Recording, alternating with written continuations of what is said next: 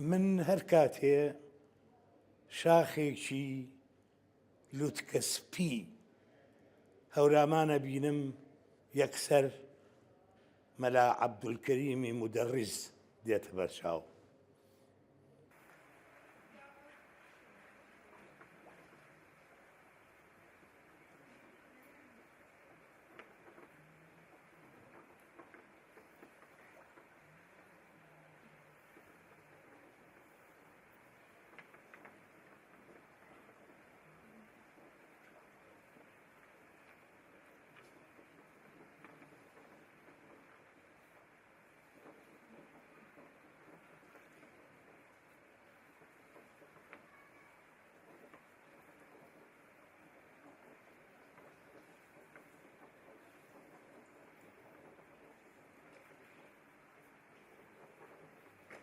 من عەبدولدائیم مەعروف محەممەد ناسراو بە مەلا عەبدولدائیمی هەورامانی لەگەڵ ستافی پشتی کامێرە قەدەرێکی خستین و کۆبووینەوە. خاڵێکی هاوبەش لە نێوان هەردوو لامانە بریتی بوو لە خۆشویستنی مامۆستا عەبدولکەریم مودەڕیس. زۆر لە مێژ بوو بە ئاواتەوە بووم لە شوێنێک بتوانم ئەوەی کە لە ناخمدایە بەرامبەر بە مامۆستای مودەڕیس دەری ببڕم. خۆزگە ئێوەش وەکو من مامۆستای مودەڕیستان ئەناسی. ئەی ئەوانەی قەت لە بیرم ناچنەوە ئێستا ببینن ئەرێ ئەم ناسنەوە. هێمنی شاعیر ڕۆژێک ڕێ ئەکەوێتە خزمەت مامۆستای مودەڕیس. ئەفەرمێ کاتێک کە چووم مامۆستان بینی پیرێکی بچوو نووسراوێکی زۆر ئەڵێ کە سەیرم ئەکرد لەو کاتە دیمەنی ئەوە ئەهاتە پێش چاوم ئەگەر ئەم پیرە بچکۆلەیە بخەیتە تایەکی تەرازوو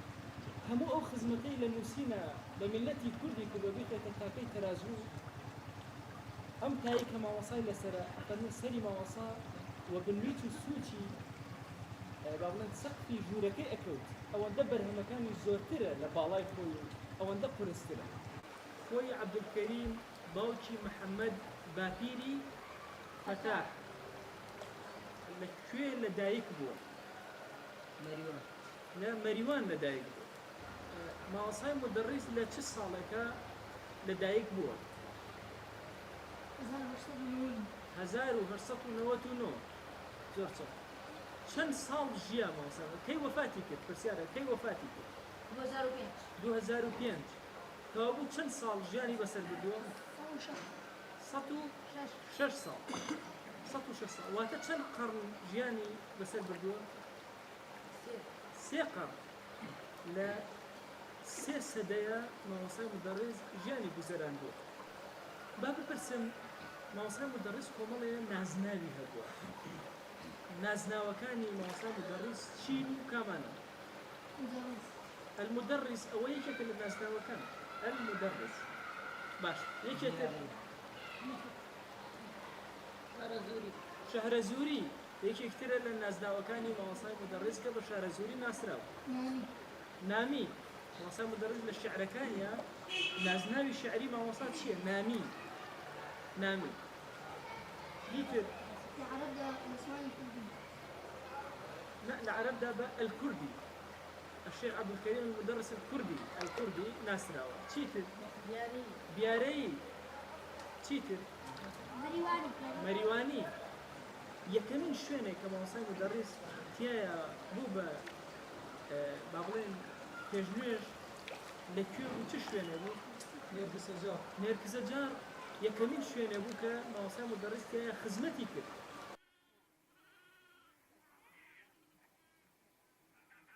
ئێرە گوندی نێرکزەجارە.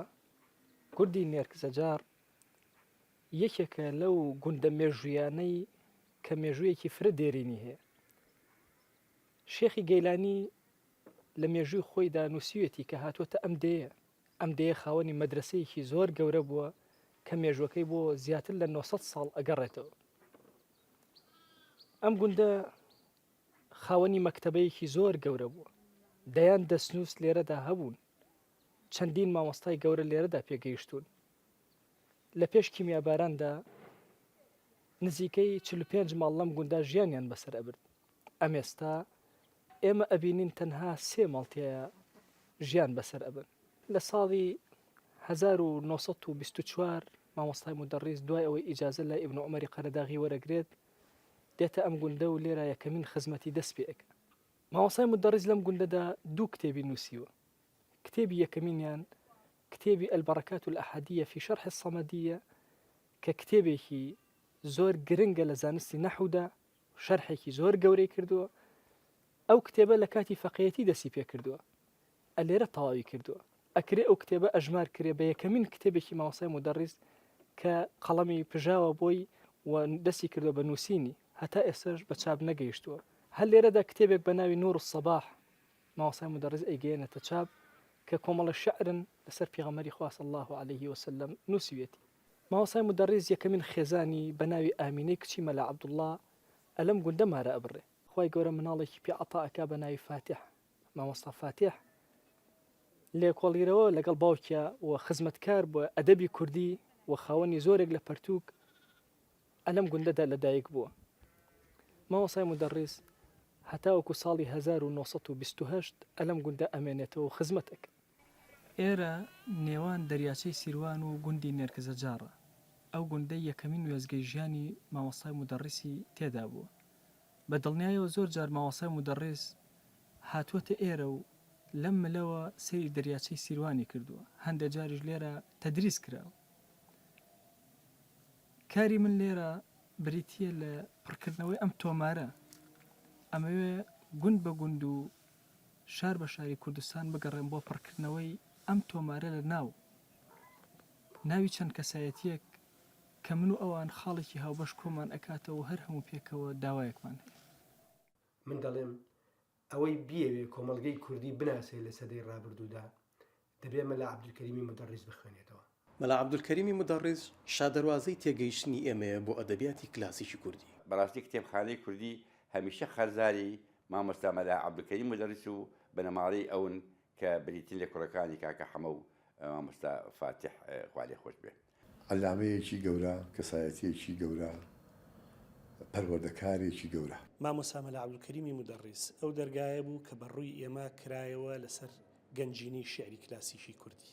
ئەنسکلۆپیدیا بوو لە بواری شەرعا بە تایبەتی لە بواری چارەسەرکردنی کێشەکانە ڕۆڵێکی زۆر گەورەی هەبوو. مامۆستا لە دنیای نەویستیە وا بزانم من ڕەفیقی منەتیوە. پیاوێک بەجەستە لاواز و بچووک بەڵام بە عەقڵ و بە هزر گەورە و ڕۆشنبیر و دەوڵەمەند.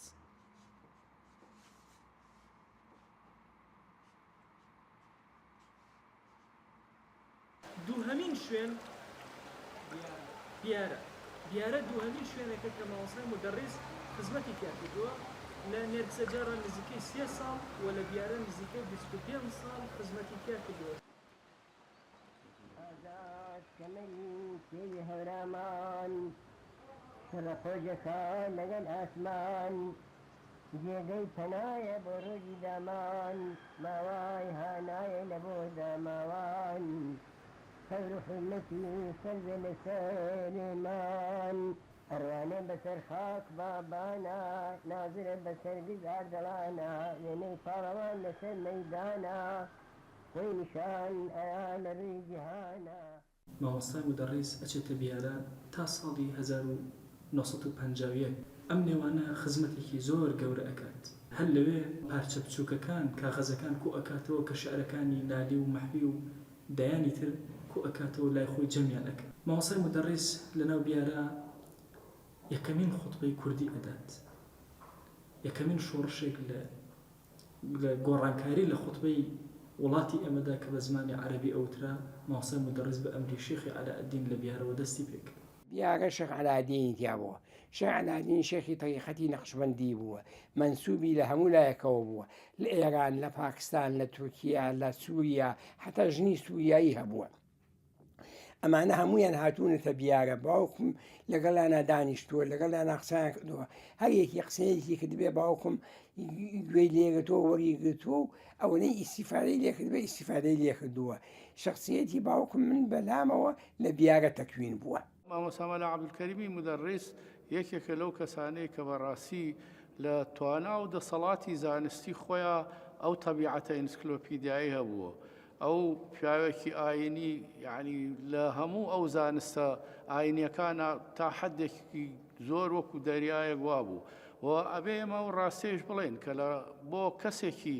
خاوەن پایە وەکو مامۆستا مەلا عەبدولکەریمی مودەڕیس کە ئەو پایە ئاینەی هەبوو لە ڕاستیە بێ خەریکی ئەدەبی کوردی ببێ ڕەنگە ئەوەشی هەر تۆزە یعنی نەک تۆزێک جورئەتێکی زیادەی هەبوو کە ئەو لایەنەش لە بیر نەکە چونکە لە ڕاستیشا کەسێک کە بێت ساخکردنەوە و لێکدانەوەی ئەو دیوانانە بکە کە لە مەڵبەند و لە خوێندنگایەکە ئەوانە پەیابوون و سەرچاوەکەیان ئەوێ بۆ ئەبێ کەسێک بێ شارەزای ئەو زانستانە بێ ئەینا کەسێک شارەزای زانستەکانی فقه و علومی شەریعەت و مەنطق وانە نەبێ لەکوێ توانێ بێ دیوانی مەولەوی یا دیوانی نالی یا دیوانی مەحوی یا کەسێکی تر لێک بداتەوە و ساخ بکاتەوە. ئەفەرمێ لەناو بیارە مەکتەبەیەکی زۆر گەورە و تایبەتە بوو. ئەفەرمێ ڕۆژێکیان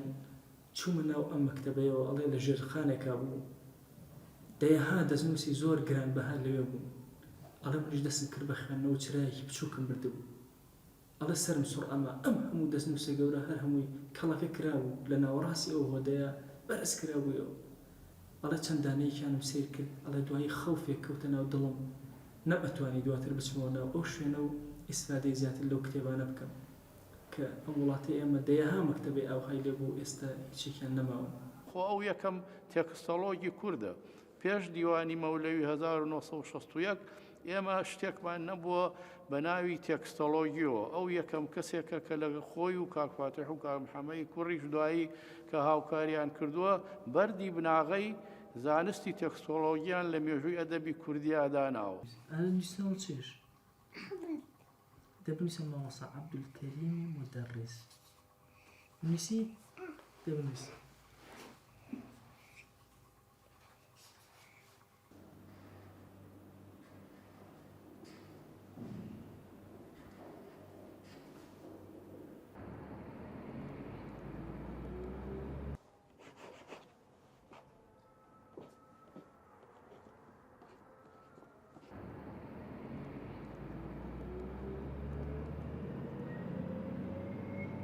جگە لە زاناییەکەی وەکو بابەتی زانایی پیاوێکی زۆر دووربین و وشیاریش بوو لە ڕووی کۆمەڵایەتیەوە زۆر یعنی شتەکانی لە یەک جیا کردەوە و نەبووە کە لە چوارچێوەیەکی ئاوا تەنگەبەری زانستە ئاینیەکانە یا تەنانەت ئەدەبی شاگیر بخوا ئەو زۆر یعنی بیر و هەڵوێستی سەیری هەبوو لەبارەی دنیا و لەبارەی دیاردە کۆمەڵایەتی و ئەو گیر و گرفتانەی کە کۆمەڵی کوردەواری یا ژیانی ڕۆژانەی مرۆڤی یعنی لەو بابەتانەشە پیاوێکی بەڕەغمی ئەو هەموو تەمەنەی زۆر ورد بوو ینی لەو لایەنانەشە لەبەرەوە هەمیشە هەوڵی ئەوەی ئەدا کە ئەو شتەی کە بە ئەوە کرێ تا ئەو لە ژیان ناماوە بە گوێرەی توانا پێشکەشی میلەتەکەی بکە. ئێمە لە ڕابوونی ئیسلامیە لەو زەمانە جەوی ڕابوونی ئیسلامی بۆ شێوازە بوو کە مامۆستای مودەڕیس لە پێش چاومان شیرین نەکرابوو وە شیرینیش نەبوو خۆشمان نەئەویست یعنی مامۆستامان بۆچی خۆش نەئەویست کۆمەڵە شتمان بیستە بوو مەسەڵەن بۆ نمونە بیستومان کە مامۆستا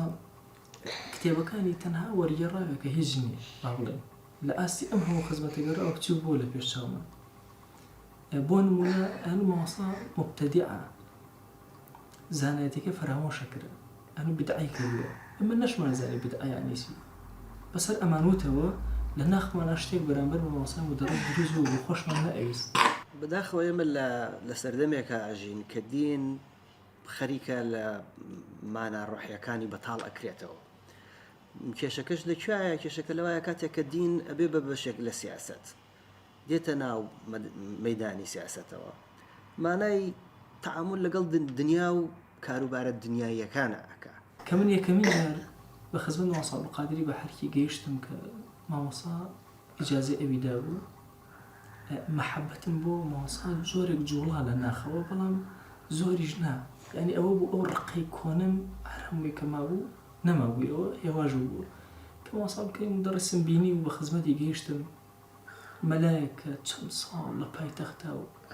دیمەنی مەلایەتی کوردی خۆی هیچ نەگۆڕی هەر وەکو خۆی شێوازی نووسینی شێوازی قسەکردنی شێوازی جلوبەرگی تەسەڕفاتی لە خەڵکە عینەن مەلایەکی قەدیمی خۆمان چۆن تەعاملەکە لەناو بەغای ئەوە کە مامۆستان بینی لە خۆ دەرونی بەڕاستی جوڵانم خەڵکانی وەکو مامۆستا مەلا عەبدولکەریمی مودەڕێزیایەکێکی وەکو شێخ محەممەدی خاڵ بۆ نمونە ئەمانە کەسانێک بوون زۆر قوڵتر لە دنیای دینیان ڕوانیوە بە دوای ماناڕۆحیەکانی ئەگەڕاون قوڵ بوونەتەوە لە لایەنە عیرفانیەکانی دینە بۆ پەروەردەکردنی ڕۆح زیاتر دینیان بینیوە وەک لەوەی سنووردارکردنی هەڵس و کەوتی ڕۆژانەی ئینسان بۆیە لەم سەردەمەی ئێستا نمونەی لەو جۆرە بە دڵنیایی من پێم وایە ئەتوانێ نمونەی زۆر زۆر باش بێت بۆ گەنجانێک کە لە دینەوە نزیکن یا تەنانەت گەنجانێک کە خەڵکێکی ئەتوانی بڵێ ئەلمانیشن بەڵام لە ناخی خۆیانە وەکو دیندارن وەفا بەرامبەر بەدار بەرامبەر بە بەرد بەرامبەر بە شاخ بەرامبەر بە ئاوازی فەقێ هەر هەمووی باسەکە ماسە مدەر لە شعرەکانیان بڕواکە ئیخمیتەوە گریان لێ باشە ماسە مدەرس ئەم وەفایە چی وای لێ کردو دائما مشتاقە بۆ بینینی ئەوانە هەمیشە زانە گەورەکانی ئاین و ئەوانەی کە لە ماناڕۆحیەکانە قوڵ بوونەتەوە لە مێژووی ئێمە بە درێژایی وا بووە زۆر سنگ فراوان بوون کەسانێک بوون کە بە چاوێکی کراوە تەماشای دنیایان کردووە لەگەڵ جیاوازی و تەنانەت دژەکانی خۆشیانە هەڵیان کردووە بەڵکو گونجاون و هاوڕێتیان کردووە ینی بۆ نمونە هەر مامۆستا مەلا عەبدولکەریمی مودەڕیس خۆی سەیری خێزانەکەی خۆی کە ینی لە کاتێکا کە ئەو یەکێکە لە زانا بەناوبانگەکانی ئاین ئەبینی کوڕەکەی یەکێکە لە بەناوبانگترین کۆمونیستەکانی سەردەمی خۆی سەبر بەلای علەمای دین و بەلای علەمای ئەخلاق و بەلای ئەو کەسانە کە تەفسیری ئاەتی وئینەکە لەعەلا خولوقین عەظیمیان کردووە فەرموویانە ئەخلاقی گەورە زۆرن مهمەکەیان عیبارەتە لە سەبر و لە سیدق و لە ئینصاف و لە سەخا تحمل و سەبری یەکجار سیر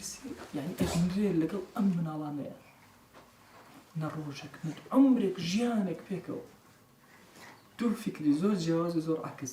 ئەم باوکە لە باوکایەتیان نەکرد هەموو بەهاکان چ ئەو بەهانەی کە پێکەوە لە وەحدەتدان چ ئەو بەهانەی پێکەوە لە تەزاددان لە جەنگ و ململانەدان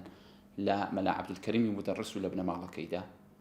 بە وەحدەت دەگەن حتى من لخيالم نية باوكم لسر مسألة أما كمن لسياستها جيراهم يا لسياستها توشي مشاكل ليم توغبوا به وعاجز به حتى شيخي ديارة كبي وتبي من على كان سياستها كانوا شيوعية كانوا يعني ما معناه أوي معناه أوي كوا فلاح ملاحة أنا غير بصدي شيخان يا بصدي أغوات وأنا لواقع أمد لو وقت شاء أول نبوين نهائيا أو شتانا من زور ضعيف بو علاقة من بمسائل فلاح يشتوى باوكم أوتوي من على كان بنيك بوشوينيك باوكم وايد جواب داروتي من نات وأنا ببين من على كان بجيم لبقى أوكب وأنا الله يبيان نيك بوشوينيك أبي خوش من قال أنا بقوم أيش وتبوي شيخ على الدين وتبوي أرزي خوته وباوكم بياري بجيهش سهمين ويزقي ما وصل للجامعة كلا بيارة درسو بركوه درسو سليماني مزگەوتی حاجی ئەحان لە ساڵی 1950 مامۆستا مودەڕیس تەشریفی ئێنێتە ئێرە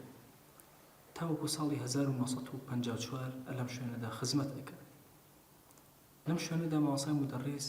چەند کتێبێکی نووسیوە یەکێک لەو کتێبانە بریتێ لە خولاسەت التیبیان یەکێکیان بریتێ لە المەواهب الحەمیدە کە لەسەر فەرائیدی سیوطی نووسیوێتی تەصریفی زەنجانی کە ئەفەرمێ وەختی خۆی بە کوردی هەندێکیم لە نووسی و ئەفەرمێ هەر لە مزگەوتی حاجی ئەحان تەواوم کرد و کتێبی باخچەی معریفەت ئەفەرمێ ئەو کتێبەشم تەواو کرد و بە چاپیشم گەیان ئەفەرمێ لە فیراقی شێخدا زۆر دڵم ناڕەحەت بوو کاتێکەوە هاتمە ناو سلێمان ئەفەرمێ لە سلێمانیە چوومە ماڵی قازی محەممەدی خاڵ ئەڵێ خۆی براکانی شێخ ئەحمەد و شێخ مستەفای برای خزمەتێکی زۆر گەورە و پیاوەتێکی زۆر گەورەیان لەگەڵا کردم مەگەر بەس خوا پاداشتیان بداتەوە زۆر بەرهەمی کلاسیکی شێعری زۆر پێش مەلا عەبدولکەریم مودەڕیس لەدایک ببوون بەڵام ئەو بە لێکدانەوە و بە پێداچوونەوەکانی ڕۆحی وە بەرنان و جاویدانەبوونی پێبەخشین و بوو بە هەناسەی نەمربوونی ئەو بەرهەمە کلاسیکە شیعریانەی ئەدەبی کوردی. ئەمە وای کرد نەوەی دوای مامۆستا سقە بە شخصیەتی خۆی و بە ئەدەبەکەی پەیدا بکە و شانازی بە ئەدەبە کلاسیکیەکەیەوە کە کەسانی ئاوامان هەیە لە ڕێزی داهێنەر و کەسە ناودارەکانی ئەدەبی کلاسیکی دەوروبەرن و بە تایبەت عالەمی ئیسلامی. من بۆ خۆم لە ڕێگەی ئەم ناوەوە لە ڕێگەی زرنگەی خۆشی ئەم ناوە لە جۆم تا بەڕاستی یەکەم جار دنیای کتێب و دنیای ئەدەبیاتی کوردیم خۆشویست. ئەدەبی کلاسیکی لە شوێنێک خەوی لێکەوتە بوو تۆزی لێنیشت بوو مامۆستا توانی تۆزی لەسەر بتەچێنێ و بەو شێوەیەی کە سەردەمەکە دەیەوێت جارێکی کە پێشکەشی کۆمەلگای بکاتەوە. مامۆستا عەبدولکەریم ئەو کەسە بوو کە توانی ئەو تەلسمە خاو بکاتەوە کە توانی سەری ئەو گەنجینە گەورەیە هەڵبداتەوە شارە و شار و دێهاتە و دێهات و کەسا و کەس و ئاغا بۆ ئاغا و ماڵە شێخ و لەم کەشکۆڵ بۆ ئەو کەشکۆڵ و لەم خەڵ بۆ ئەڵخەڵ بگەڕێ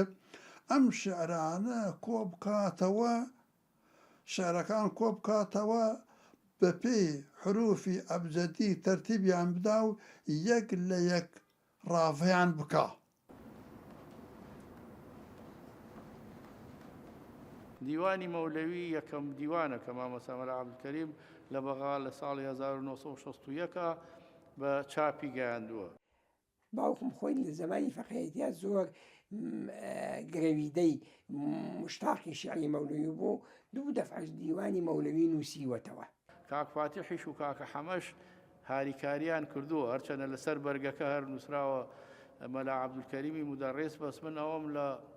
خەم لە کاکە حەمەوەم لە کاک فاتیحیش بیستووە کە ئەوان هاریکاریان کردووە زۆر جاری وا هەبوو بە سێقۆڵی مناقەشەی لێکدانەوەی هەنێ لەو بیر و هزرانەی مەولەویان کردووە. دیوانی مەولەوی ئەو معنای شعرەکانی بۆ لێ ئەداینەوە ئێمە ئەمان نووسی. بەڵام لە ڕاستیە شیکاریەکی زۆر دەوڵەمەند و بە پێزی دیوانی مەولەوی کراوە کە من پێم وایە و من لە پێشەکی ئەو نامەی دکتۆرای خۆشمان نووسیومە بەبێ ڕەنج و ئەو هەوڵ و بەرهەمە زانستیانەی مامۆستا مەلا عەبدولکەریمی مودەڕیس بۆ کەسێکی تازە کوورە نەبوو بتوانێت دەم لەوە بدا لێکۆڵینەوە لەسەر دیوانی مەولەوی یا دیوانی نالی یا مەحوی یا هەر کەسێک لەو شاعرە کلاسیکانەمان بکات. ئەو زەمینەی خۆش کرد کە لە لێکۆڵینەوەی کوردیدا دیدی مۆدێرن بێڕیشە نەبێت بێ بنەما نەبێت و ئەوە نەبێت کە لە واقعی کۆمەڵگەی خۆشمان دوور بکەینەوە. ئەو شتە بۆ منی ڕاوەکارێکی مۆدێرن بەڕاستی و دەست نەدەهات یان لانێکم بە نیوە چوەی دەگەیشتم بە ئەنجامی کارەکانی خۆم ئەگەر خوێندنەوەکانی مەلا عەبدولکەریم مودەڕیسم بەسەر نەکردبێتەوە و تێنەگەیشت بەیان کە بە هەر شێوەیەک دیدی سنەتیش خوێندنەوەی خۆی بووە و ئەو خوێندنەوەیە بۆتە بنەمایەک بۆ ئەوەی کە دیدی مۆدێرنیش کاری خۆی بەسەر کەوتووی ئەنجام بدات. لە جێ خۆشنامەکانە ئیعلانمان نووسی فکرەیەوەمان هەیە دیوانی نالی شەق بکەین کێ نالی هەیە بۆمان بنێرێ ئێمە خۆمان نوسخەیەکی تەبعمان هەبوو تەبعێکی کۆن ئەوەمان هەبوو لە پاشا لە سولێمانیەوە دوو نوسخەی دوو مەلای نالیزانمان دەستکە و مامۆستا مەلا محەممەدی چوەسانی و مامۆستا مەلا عارفی چنگنیانی ئەوەمان بە ئەمانەت بۆ هات ئەو جاکە لە خۆشنامەشا بڵاومان کردەوە خەڵقی تر لەم لاو نوسخەی دیوانی نالیمان بۆ هات تا دیوانەکە شەکلی کەراتەواو بوو بە 28 نوسخە مەختوتەی دەستنووسی دیوانی نالی. دە 12 نوسخەی دەستنووسی نالی بە ڕیزیەکەوە دانا و بە زەڕەبینێکیشەوە خەریکی ساختکردنەوەی ئەو بابەتانە بوو. لە ڕاستیە دیوانی نالی ئەتوانین بڵێن لە ڕووی تێکستۆلۆژیەوە لە ڕووی زانستی وەکو دەق و شیکاری دەق و ساختکردنەوەی دەق و هەنگاوێکی ترە لە ڕووی زانستی و ئەکادیمیەوە بەڕاستی چونکە بە هەموو پێوەرەکانی تێکستۆلۆژی بە هەموو پێوەرەکانی ساختکردنەوە شیکاری دەق ئەوان پەیڕەو کردووە هەشت نوسخەیەکیان هەرچی ڤێرشنێکی شعرەکانی نالیان کەوت بێتە دەست لەگەڵ ئەوەی دەستنووس بۆ ئەوش چاپکراو بۆ هەمویان بەراورد کردووە بۆی بتوانن وێرشنێکی لە هەمویان نزیکتر بڵاو بکەنەوە و هەموو لە پەراوێزیشە وێرشنەکانی تر کە چی بووە مەسەن وشەیەک لەم لاوانە بووە یا فرازێک تعبیرێک شێوەیەکی تر بوو هەمویان ئاماژە پێکردووە و نووسیوە سەرەڕای شیکردنەوەی وشەکان و شیکردنەوەی لایەنی ڕەوانبێژی و لایەنی بەلاغی و لایەنە فکری و شتەکانی تریشی کەواتە ئەتوانین بڵێن دیوانی نالی بەڕاستی تاکو ئێستەشی لەگەڵا بێ دیوانی نالی ڕەنگە بە نمونەیەکی هەرە بەرزی تێکسەڵۆژی کوردیدا بنرێ دوای ئەوە دیوانی مەحوی هاتە پێشەوە ئێمەیتە تەرجیعمون خەڵک زۆری پێخۆش بوو هانیادان خەڵقیش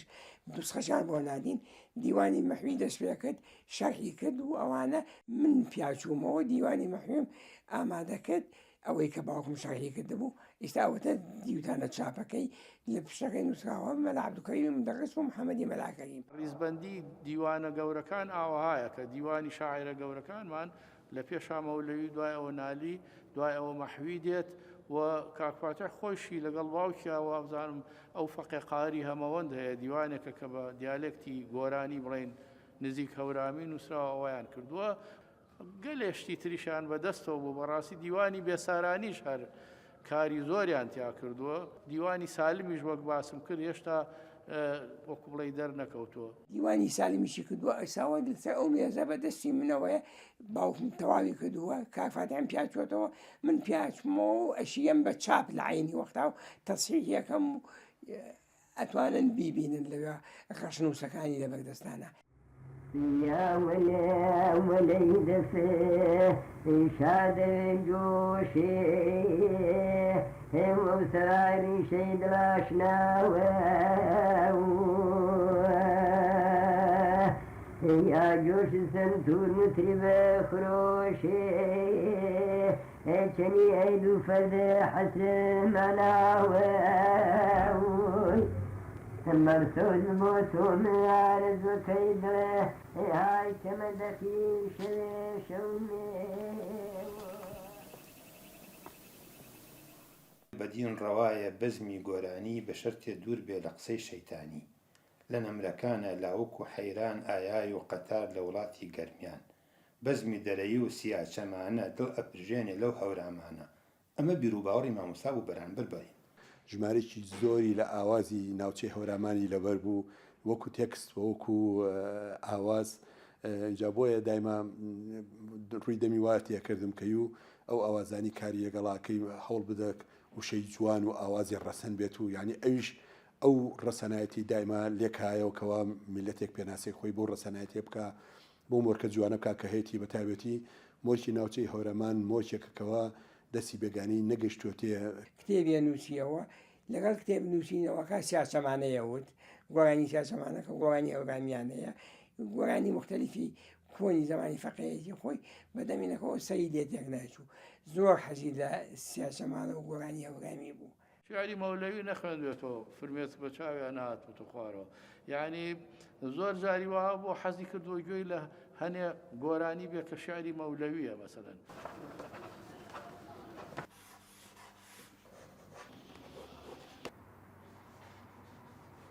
لە دوای مزگەوتی حاجیحان مامۆستا ڕووی کردە شارێکی کرد کەرکووک تەکیەی تاالەبانی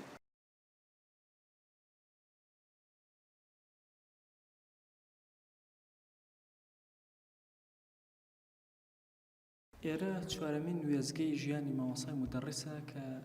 لە ساڵی 1955 مامۆسای مودەڕیس تەشریف ئێنێتە کەرکووک و لە تەکیەی تاالەبانی لەم شوێنەدا کە ئێستا ئێمە تێداین دێتە ئێرە هەتاوەکو ساڵی 1960 ئەلەم شوێنە ئەبێ لە ماوەی ئەم 5 ساڵە خزمەتێکی زۆر گەورە ئەکات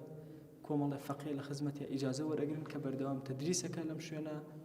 زۆر بەرهەمی گەورە بوو ئێمە لەم شوێنە ئەنووسێ بۆ نمونە کتێبی بارانی ڕەحبەت کتێبی نور الصباح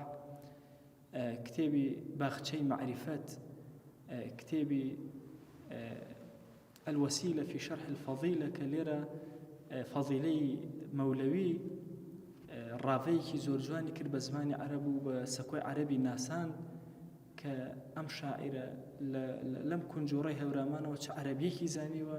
کە بەڕاستی ئەگەر ئەو شەرحی ماسە مدەڕیز نەبێ لەم زەمانەدا زۆر کەم مەلا هەبێ کە بتوانێت دەرەخەتی ئەو کتێبە بێت و پێساو بێتەوە. گەورەترین تەفسیر و کاملترین تەفسیری خێناوەتە ئاراوە لە جیهانی معریفەی کوردیدا تیایدا تێبینی دووشتی زۆر گرنگ دەکرێت. یەکەمینیان ئەو دەستەواژە و زاراوانەی کە داهێناوە،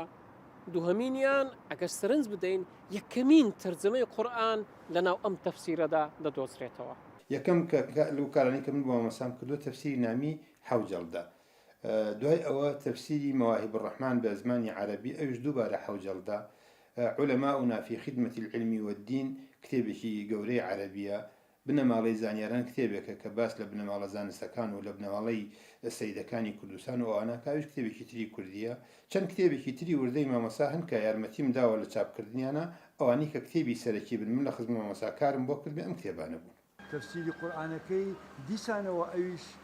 بابەتێکی دەوڵەمەندی ترە. زۆر جار من لە خزمەتیا بووم باسی تەفسیری بۆ ئەکردم، تەفسیری قورئان و ئەمانە من یعنی پرسیارم لێ کرد کە ئەو تەفسیرە چۆن بێ. لە ڕاستیە ئەو داوای ئەوەیە کرد کە ئەو تەفسیرە من بۆ کۆمەڵانی خەڵقی ئەنووسمەوە، بۆ خەڵقی عامەی ئەنووسمەوە، لەبەرەوە نامەوێت تەفسیرەکە تەفسیرێکی قوڵ بێ وەکو تەفسیری زەمەخشەری و تەفسیری بەیزاوی و تەفسیری رازی و ئەوانە. لە ڕاستیە من خۆم حەزم وا ئەکرد کە تەفسیرەکەی لە ئاستی ئەوانە بێ، بەس خۆی وتی مەبەست لە تەفسیرەکە بە تەنیا ڕۆشناکردنەوەی لایەنە ئاینیەکانە بۆچێ بۆ خوێندکاری کورد، بۆ ئینسانی کورد، بۆ مسلمانەکانی کورد، ئەوانەی کە مەرج نییە ئاستی زانستیان لە ئاستێکی ئێجگار گەورا بێ. خەڵقانێکی زۆر ئاستەنجیان بۆ دروست کردووە و پێیان وا بۆ کە ئەوە هەرگیز ناشێ و ناکرێت ئەو دەقا ئاینە پیرۆزانە بە زمانی کوردی بکرێت. ئەوە لە کاتێکدا کە زمانی کوردی لەو کاتەدا لە هەموو لایەکەوە بەرەو دەستنانە بینەقاقای ئەو زمانە هەنگاوندراوە بۆ ئەوەی لە شوێنی خۆی بپوچێتەوە پەرەنەسێنێ و پێش نەکەوێت. مامۆستا کەبیری لەو هەنگاوە کردوتەوە، بەڕاستی هەنگاوێکە زۆر زۆر لە جێی خۆیان بووە و زۆر کاریگەریشی هەبوو. کتێبی تەصریف علمی مۆرفۆلۆژیای زمانی عەرەبی کە کردووە بە کوردی بە ناوی شەرحی تەصریفی زنجانی بە زمانی کوردی. تەصریفی زنجانی کە لە کتێبە قورسەکانی بواری مۆرفۆلۆژیای زمانی عەرەبی مامۆستا مەلاکەریم نەکەر هەوڵی داوە بیکا بە کوردی، هەوڵی داوە شەرحی بکا بە زمانی کوردی. کتێبی زۆری لە نەحو و لە سەرف و لە مەنطق و لە بەلاغە و ئەمانە بە عەرەبی و بە کوردی نووسیوە. زانای یەکەم لە هەوڵی یەکەم بۆ ئەوەی کە علمی فقهی ئیسلامی بکە بە زمانی کوردی. ماساڵەکەی مدەڕێز ئەوەی کە من لە کۆڵنەوە لەسەر کردبێ 79 کتێبی نووسی بە هەر سێ زمان، بەڵام تەسەوور ئەکەم لەوە زیاتر بێت، چونکە هەندێ مەسەن کتێب هەیە ماسا مدەڕێز خۆی باسی کردو بەڵام تەواجودی نییە. بۆ نمونە نووسیوتی العلمان فی العلمین، کەس نازانێت باسی چییە. يعني أو برشستني لا نبى مخطوطين لما نبى مطبوعين غيري أو كتاباني ترك مواصيه عالمي تر مسلمين تر. أيديهم بديه هدية وهدينك تيجين تومانه أنا تيجينك أهديهم فيكش العيشان نبوه فيجاني ناهي قلبين نبوه. فریشتە پیاوێک بوو، پیاوێکی هەیە من و لەسەر خۆ و زیرەک و وریا و بەهرەمەند بوو لە ژیانە. بەسە لە مامۆستا مدەڕیسەوە فێر بین کە ئینسان ئەگەر تەنها خۆی و قەڵەمەکەی بێت ئەتوانێت کاری گەورە و شۆڕشی گەورە بەرپا بکات. هەوڵی داوە ئەدەبی کلاسیکی کوردی لە ونبوون و شارانەوە و نەمان بپارێزێ لە ڕێی شرۆڤەکرد و لەگدانەوە ناساندنی بە گەنجی ئێمە. کەسایەتی وەکو مامۆستا محەممەدی مەلاکەریمی بەرەمێناوە کە دوای ئەو مامۆستا محەممەدیش خزمەتێکی زۆر گەورەی لە بواری ئەدەب و فکر و ڕۆشنبیری کوردیا کردووە. مامۆستا عەبدولکەریمی مدەڕیس یەکێکە لەو زاتانەی کە بە عەشقێکی بێوێنەوە بە گیانێکی عاریفانەوە توانیوێتی دەیان و سەدان بەرهەمینێتەوە کەمان لە ناوچوون پارێزیێت هەموو کارەکانی خۆی ئەگە سەرنج بدەیت بە ستاندارتی کورمانجی ناوین یان کورمانجی ناوەند نووسیوەتەوە ئەوەش بێگومان گەورەی و ئەمرۆڤە نیشانەدات بەوەی ناوچەگەری نەکردووە و بەو زمانە شتەکانی خۆی نووسیوەتەوە کە زۆرینەی خەڵک لێی تێدەگەن. کەلتوری میلەتی کورد کەلتورێکی تا ڕادەیەک شەفەهیە ئەگێڕێتەوە کەمی دەستنووسە ئەوەشی کە دەستنووسە بە بۆچوونی من زۆری لە ئەنفالەکانە لە ناسەقامگیری باری میلەتی کووردا لە کۆچوڕەوی خەڵقە لە سووتانی دیاتەکانە زۆری فەوتەوە یەکێ لە فەزیلەتەکانی ئەم جوامێرە ئەم زانە گەورەیە ئەوەیە کە توانیوێتی ئەو بەرهەمانە زۆربەی کۆکاتەوە بیخاتە ئەو دیوانانەوە کەوا ئەی بینین ئەنفالی دەستنووس لە ڕاستیا من شتێکم بیرەکەوێتەوە کە لە ساڵەکانی حەفتا حکوومەتی بەعس بەیانێکی دەرکرد لە مدیریەتی ئاساری عامەوە بۆ کۆکردنەوەی هەموو دەستنووسەکان لە عێراق و پارەی ئەدا بە خەڵک تەنانەت خەڵق ئەگەڕا لە دێهات و مێهات دەستنووسی کوردی کۆکردەوەی بردە مەتحەفی بەغا نازانم تا چ حەدێک ئەو دەستنووسانە پارێزراون یا لە ناوچوون بەڵام لە ڕاستیا بەو شێوەیە هەموو شتەکان کۆکرایەوە ئیتر پلانی بەعس چی بووە بۆ لە ناوبردنیان یا شتیان ئەویان لە ڕاستیا من هیچ مەدرێکێکی تەواو نییە بەڵام دڵنیام لەوەی کە دەسەڵاتێکی درڕندە و فاشستی وەکو بەعس کە بە تەمام و پاکتاوی ڕەگەزی کورد بکە بە تەکید گرنگترین شت بۆ پاکتاویکردنی میلەتێک نێڵانی کولتورەکەیەتی نێڵانی ئەدەب و زمانەکەیەتی کاتی خۆی مارتین لۆتەری ئاڵمانی بە وەرگێڕانی ئنجیل پێم وابێ نزیکەی 45 جارێک ئەمە لە چاپ درایەوە هەیە مێژوو ئاوها باسی دەکات خزمەتێکی گەورەی بە زمانی ئاڵمانی کردکارێکی کرد کە زمانی ئاڵمانی بوو بۆ زمانێک کە ئیستا هەیە لە کاتێکدا کە لێرە پێیان دەگوت کاتی ئەنگوست لە چاو کاتێک بوو کە وشەی کوردی قورقوشم بوو وشەی کوردی قەدەغە بوو بەدەیان گۆڤار دەردەچوو لە بەغدا هەمووی پێدا هەڵدان و پێدا هەڵگوتن بوو بەڵام ئەو ئەیزانی چۆن خزمەت بکات تا بتوانێت زمانەکەی زیاتر بەرەو پێش بێت لە دوای تەکەی تاالبانی مۆسان مدەڕێز ڕووی کردوەتە کوێ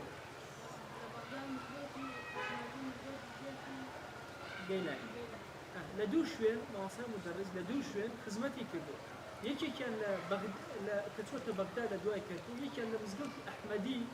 لەلای وەزارەتی دیفاعی ئەوسا و دووهەمینی شوێنیش کە تایە گرسایەوە تیاشی وەفاتی کرد لە مزگەوتی گەیلانی دەیان کتێب ئەلەم شوێنەدا ئەنووسێ بە زمانی فارسی بە زمانی عەرەبی بە زمانی کوردی دیوانەکان زۆرینەیان لەناو مزگەوتی شێخی گەیلانیە جارێکی تر ڕافە ئەکرێنەوە و بە دنیای باوڵەت چاپەمەنی ئەناسرێن دیوانی مەولەوی کە پێشتر لە کەرکووکە سەید تاهیری هاشمی چەند نوسخەیەکی بۆ ئەنێرە بە خەتی جوان و شیرینی خۆی مامۆستای مدەڕیز لە بەغدا ڕافەکردنی تەواو ئەکات و هەر لەوێش بە چاپی ئەگەێنێ و دیوانی نالی و مەحوی و بە یارمەتی کوڕەکانیشی کە لەوێ دەستیان زیاتر ئەکرێتەوە بۆ ئەو مەیدانە بۆ نووسین خزمەتێکی زۆر گەورەی ئەدەبی کوردی ئەکرد و ژیانی زانایانمان جەواهیر الفتاوە فتواکانی عولەما کە نامەکان مامۆستای مدەڕیز هەمووی کۆ کردوتەوە لە کاتی فەقیهەتیەوە لەوێ وردە وردە هەمویان پاکنووس ئەکاتەوە ئەیان کاتە کتێبێکی زۆر گەورە و بە چاپەمەنیان ئەناسێنێ لە کتێبی شریعەتی ئیسلام کە لە چوار بەرگا لەسەر مەزەبی ئیمامی شافعی و بە زمانی ڕەوانی کوردی نووسراوە مامۆستای مدەڕیز لە کەرکووک دەستی پێ ئەکات لە بەغدا تەواوی ئەکات تەفسیری نامی خۆلاسەی تەفسیری نامی بە زمانی کوردی تەفسیری مەواهب الرەحمان هەموو ئەمانە لە بەغدا ئەنووسرێن چەندین کتێبی تر وەکو عولەماؤنا بنەماڵەی زانیاران یادی مەردان لە ڕووی مێژووە هەموو ئەم کتێبانە بەرهەمی مامۆستای مدەڕیسن لەناو بەغدا دووشت دەوریانە بوو لە ناسرانی باوکمە یەکەم خانەقای بیارە کە خەڵقێکی زۆر هاتووە بۆ خانەقای بیارە و باوکمیان لەو ڕێگەوە ناسیوە دووهەمیش مزگەوتی شێخ عەبدولقادری گەیلانی کە باوکم لەوێ مدەڕیس بوو و هەر کوردێک بێتە بەغدا بەتایبەتی نەختی عەلاقەی بە دینەوە بێ ئەچوو زیارەتی شێخ عەبدولقادری گەیلانی یەکەن هەڵە من زیارەتی حەزرەتی غەوسم کردووە و زیارەتی شێخ عەبدولقادری یەکەن لەوێ شەو مامۆستا مەلاکەریم لێرەیە با زیارەتێکی بکەم ئەچوو دانیشت باوکم دەرسێوتەوە سوورای باوشم دانیشت گوێ لە تەکسێکەکە دوو لە پاشا 15 دقیقەیە قسەی لەگەڵا کرد و لە بەغدای زۆر ناسرە باوکم بە تایبەتی عەرەب ناسیان زۆر یعنی مەلای عەرەب ناسیان عولەمای عەرەب ناسیان لە حکوومەتە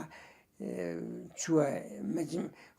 فەرەنسستانی علومی عێراقی کە پێڵن مەجمع العلم العێراقی بوو بە ئەندامی ئەوەیش باوکم لە ئاخرە. ئافاقی ماوسای مدەڕیس لەناو بەغدایە زۆر گەورەتر ئەبێ چونکە تەڵەبەکانی تەنها لە کوردەوە نامێنن تەڵەبەی عەرەب ڕیزێکی زۆر گەورە لە تەڵەبەی عەرەب یەن مشارەکە ئەکەن لەگەڵ ماوسای مدەڕیسەوە لە خزمەتی ئەخوێن و ئیجازە وەرەگرن غەیری ئەمانیش خەڵکێک لە تورکستان و خەڵکێک لە جاوە و خەڵکێک لە خارجی زمانی کورد و عەرەب یەنە خزمەت ماوسای مدەڕیس و لەم شوێنەدا لە خزمەتی ئەخوێنن. مامۆستاکانی زانکۆی بەغا کە کێشەی علمیان هەبوو هاتن بۆ خزمەتی بەڕاستی ئەمە چییە سەلمێنێ جۆرێک لە مەوسوعیەتی مامۆستا سەلمێنێ کە ئەو کاتە بڵێن مامۆساکانی بەغا دکتۆرەکان دکتۆرێک لە بواری بەلاغا دکتۆرای هەیە دکتۆرێک لە بواری ئەدەبا دکتۆرێک لە بواری نەحوا دکتۆرێک لە بواری سەرفا بەڵام مامۆستا عەبدولکەریمی مدەڕیس جۆرێک لە مەوسوعیەت و ئینسکلۆپیدیایەتی پێوە دیار بوو کە ئەوانە لە هەموو بوارەکانە ئاهاتن قەزای علمی و پرسیار و ئەوانیان هەبوو چارەسەری کرد بۆیان. ماوسای مدەڕیس بوو بە وێزگەیەک بۆ کۆبوونەوەی تەڵەبەی کورد لە دەوری لە بەغدا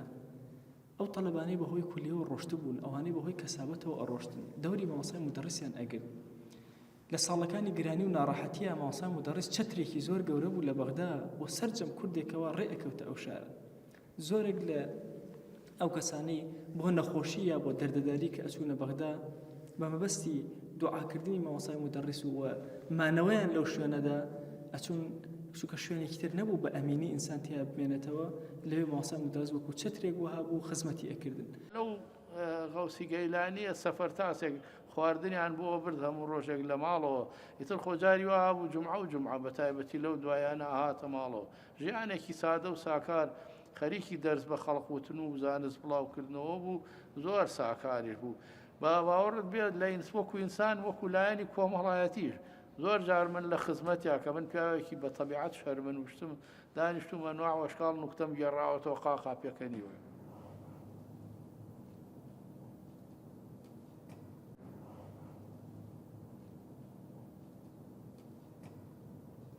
حقیقەتی ماوسای مدەڕیس زۆر گەورەترە لەوەی کە دۆست و دژمنی ناسیویان بەڕاستی دۆستەکانی وەکو پێویست نیان ناسیوە دژمنەکانیشی وەکو پێویست نیان ناسیوە ئەگەر هەردوو لایەن بیان ناسیایە بە دڵنیایەوە هەردوو لایەن زۆر زۆریان خۆشەویست و هەردووکیان ئەیان کردە مەرجەعی خۆیان. من پێم وایە مامۆستا کارێکی کرد کە توانی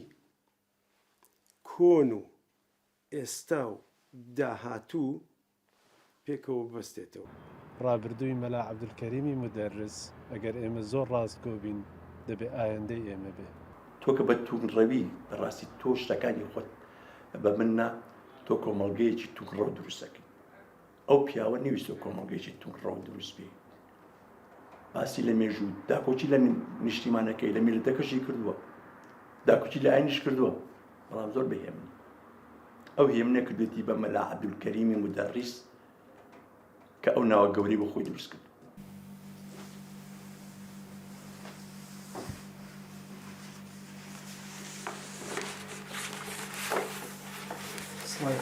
عليكم السلام. هەموو ئەوانەی کە لەم تۆمارە جەنابەت ئەیان بینی کە واژۆیان کردو و کۆمەڵی کەسایەتین هەموو لەسەر خاڵێک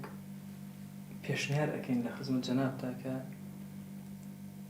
دروستکردنی سنتەرێکی زۆر مەزنە بۆ بەرهەمەکانی ماوساڵکەریم مدەڕیس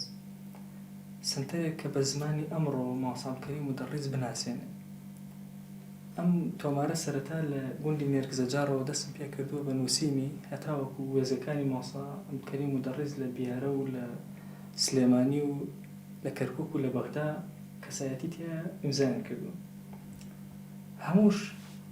لە پێناو ئەو جوانیانی کە ماوساڵکەریم مدەڕیس بەم میلەتەی بەخشیوە ئێمەش لە بەرامبەرە خزمەتێک بۆ بکەین. یەکەمین کتێبێک کە ماوساڵکەریم مدەڕیس کە لای جەنابتان معلومە نووسیوێتی هەتاوەکو ئێستا بە دنیا چاپ نەگەیشتووە ئێمە هاتیینە خزمەت جەنابتان بۆی بزانین هەم ڕای جەنابتان لەسەر مامۆستا عەبدولکەریم مودەڕیس هەم ڕاتان لەگەڵ ئەم پرۆژەی ئێمە. مامۆستا عەبدولکەریمی مودەڕیس سامانێکی نیشتیمانی کوردستانیە پێش هەموو شتێک، سامانێکە نەک تەنها بۆ ئەو وێزگانی کە پیادا ڕۆشتووە، سامانێکە بۆ هەموو کوردستان. ئەو وێزگانەیە کە لەوانەیە کە پێشدا نەڕۆشت بێ ئاشنایە بە شێوازێک لە شێوازەکان بە بەرهەمی فرەیی مامۆستا عەبدولکەریمی مودەڕیس، چ لە بواری ئاین، چ لە بواری مێژوو، چ لە بواری هەڵسەنگاندن لە بواری شێعر. جگەلەوە مامۆستا عەبدولکەریمی مودەڕیس سنووری کارتێکردنی هەر کوردستان نەبووە، سنووری کارتێکردنی هەموو عێراق بووە، سنووری کارتێکردنی ڕۆژهەڵاتی ناوەڕاست بووە و موریدی هەبووە قوتابی هەبوو لە نەک تەنها لە عێراق نەک تەنها لە کوردستان بەڵکو لە سەرانسەری جیهاندا قوتابی هەبووە. بۆیە نەک تەنها ئەم داواکاری ئەو کۆمەڵە بێت کە ئیمزایان کردووە واژویان کردووە، بەڵکو من پێم وایە داواکاری هەموو ئەوانی کە بایەخەدەن بە ئەدەب، بایەخەدەن بە مێژوو، بایەخەدەن بە ئاینێکی ڕەسەن کە خزمەتی کوردەواری و کۆمەڵگەی کوردستان و پێشکەوتن بکە. داواکاریەکی ڕەوایە دەبێت کاری بۆ بکەین، ئەم سەروەتە نیشتیمانیە بیپارێزین و بە بەردەوامی شانازی پێوە بکەین.